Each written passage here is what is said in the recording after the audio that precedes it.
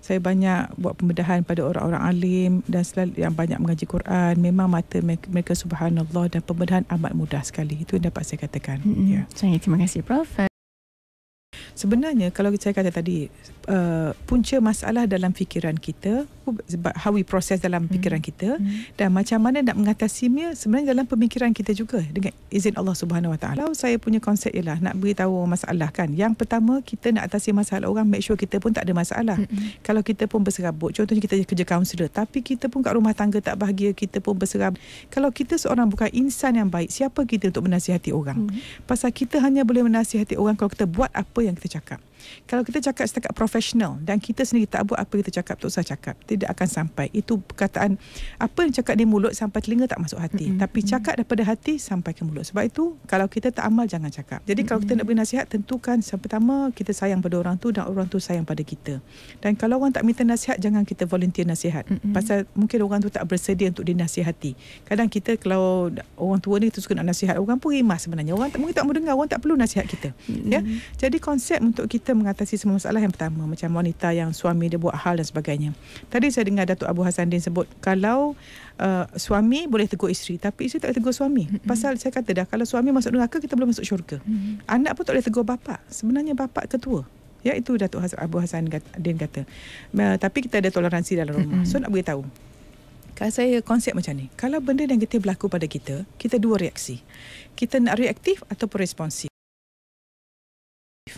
Reaktif ni kita macam sifat kehaiwanan, kita terus marah.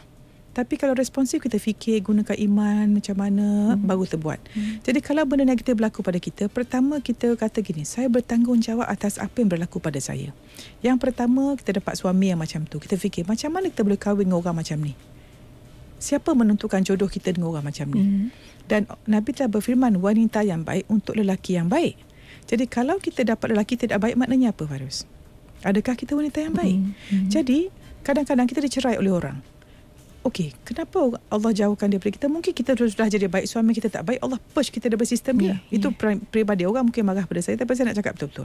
Jadi kalau satu berlaku pada kita, kita ambil tanggungjawab. Okey, kenapa suami saya cari orang lain pergi mata-mata? Yang pertama, faktor kita atau faktor dia?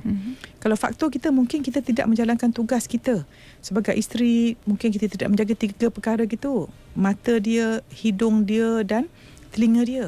Saya nak tanya semua orang, berapa kali terjaga bau nafas mulut kita? Kadang saya jumpa pesakit kan, bila saya bercakap dengan dia, tengok dia punya gigi, dia punya gusi, bau busuk. Saya heran macam mana suami dia boleh tahan hidup dengan dia berdekatan. Saya duduk dekat pun macam nak muntah, apalagi suami dia. Jadi bayang kalau kita dengan tak jaga keterampilan, tidak jaga kita punya tu, macam mana suami kita tidak tertarik pada benda lain. Yang kedua, mungkin faktor suami dia. Walaupun kita baik, wanita solehah, tapi suami masih mencari daging yang busuk di luar. Mungkin suami ini sedang merosakkan bagi kepada suami yang ada affair dan sebagainya. Sebenarnya anda sedang menyeksa diri anda, sedang merosakkan diri anda, dan orang yang sayang diri dia tidak akan melakukan sesuatu yang membahayakan diri dia daripada dunia dan juga di akhirat. Kalau dunia sudah beritahu tu hari orang tu dia masa muda nakal, ada penyakit sifilis, bila dah 65 tahun tiba-tiba mata buta dua-dua, nak kata apa?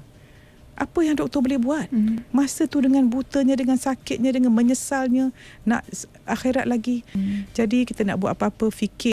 Dan juga satu SMS daripada saudara Osman di Pahang, dia kata, boleh tak doktor beritahu ada isteri yang tidak suka mengikut arahan suami yang muda-muda, dia degil. Jadi kadang saya tak tahu maksud tu saudara Osman ni macam mana. Adakah isteri dia tak nak buat apa dia suruh buat? Tetapi sekarang ni banyak isteri-isteri yang ingkar. Dan kadang ada juga orang beritahu feedback saya, ada banyak lelaki wanita ni hubungan orang dah kahwin semua. Na'udzubillah. Ini maknanya juga kita berdoa syukur pada Allah kalau kita ni suka pada kebaikan.